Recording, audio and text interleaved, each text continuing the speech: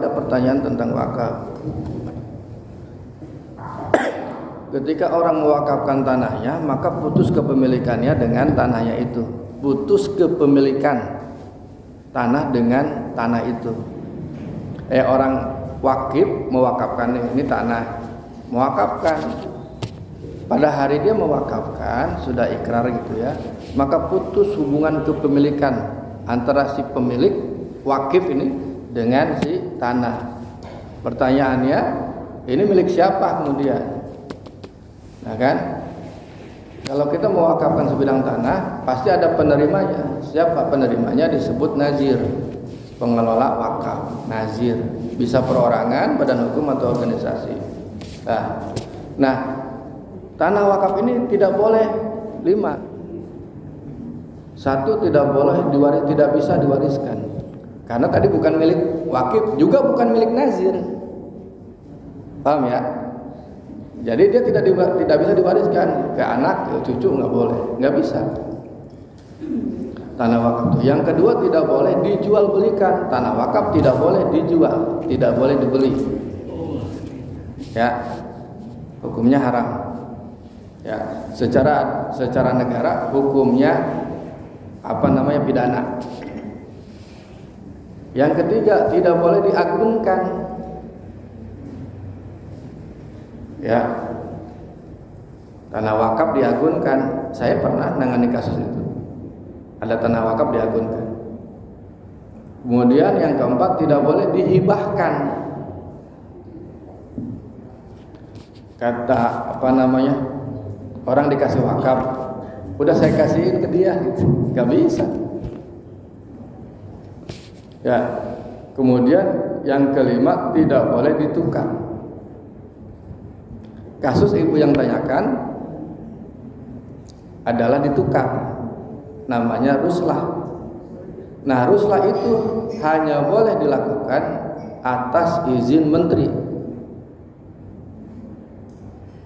Ya, menteri bidang agama, menteri agama. Nah, banyak orang punya pandangan sendiri. Contoh, banyak orang kerayu, ada tanah wakaf di satu tempat, kemudian ada pengembang. Ini kasusnya udah saya biasa ya. Ada pengembang, itu ada tanah wakaf itu. Ini yang wakaf Masjid Agung tuh ada situ. Kemarin belum lama tuh datang pengusaha ingin ditukar, nggak bisa. Kecuali dengan seizin menteri. Syaratnya banyak sekali.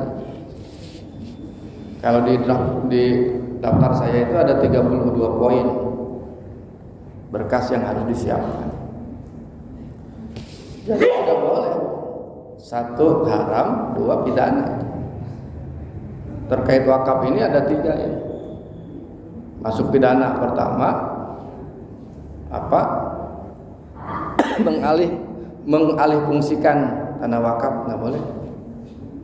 Menukar atau mengganti status wakaf, nggak boleh. Yang ketiga, melebihi 10%. Nazir melebihi 10% biaya upahnya, nggak boleh. Jadi itu wakaf. Nah, bagaimana kalau wakaf itu dijual sama merebut? Ya tadi hukumnya, berarti dia menjual wakaf, nggak boleh, dia pidana itu.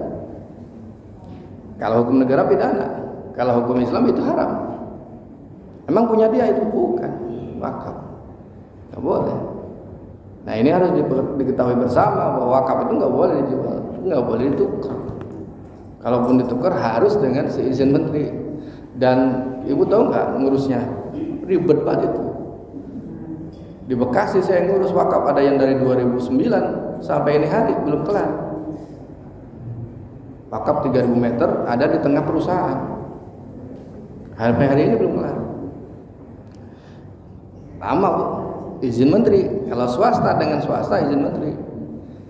Kalau misalkan dipakai untuk kepentingan negara, jalan tol, bendungan, rumah sakit, apalagi pokoknya untuk kepentingan negara itu kalau di bawah 5.000 urusannya kanwil, di atas 5.000 urusannya pusat, menteri langsung.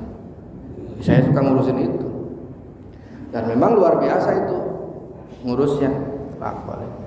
Jadi atas izin menteri dengan pertimbangan Badan Wakaf Indonesia, undang-undangnya begitu. Jadi tidak boleh main jual, main tukar. Itu tanah wakaf itu milik siapa? Tanah wakaf Suriah milik Allah. Jadi kalau ditanya wakaf ini milik siapa? Milik Allah. Lah kalau milik Allah berarti aturannya harus ikuti aturan syariat. Gitu. Seenggak-enggaknya ikuti undang-undang wakaf. Undang-undang wakaf itu nomor 41 2004. Nah, kayak ini nih. Ini masjid. Ini masjid Pasos ya. Ini masjid Pasos ya. Itu sampai ini hari masjid-masjid yang ada di atas tanah Pasos, terutama di perumahan-perumahan, itu belum bisa dialih statuskan sebagai wakaf. Iya begitu. Kenapa? Karena ini sudah milik Pemda. Jadi setiap perumahan itu punya kewajiban 40% sebagai pasos dan pasum, termasuk jalan kan. Nah itu miliknya milik Pemda. Nah kita menggunakan tanah Pemda dibangun masjid hanya sebagai hak guna pakai. Gitu. Coba aja tanya tuh pada senior di sini. Ini ada sertifikat wakafnya enggak? Enggak mungkin. Kecuali dulu memang dilepaskan oleh Pemda, dilepaskan nama Pemda, sama Pak Bupati dilepaskan. Kemudian diurus jadi wakaf bisa. Dan kebanyakan yang terjadi baik di Bekasi atau di Kerawang atau dimanapun itu Pemda nggak mau ngasih. Pemda pasti nggak mau ngasih karena kepentingan Pemda jauh lebih besar pemerintah. Iya kan? Iya kan? Jauh lebih besar. Dia bisa bangun SD di Pasos. Iya, dia bisa bangun puskesmas di Pasos. Bisa, Pak.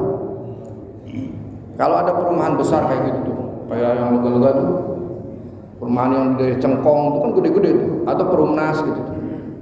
Itu Pasos ya, Pak. Bisa bangun kelurahan di situ. Bisa. Nah, nggak boleh bangun yayasan. Banyak yang terjadi itu tanah Pasos dibangun yayasan.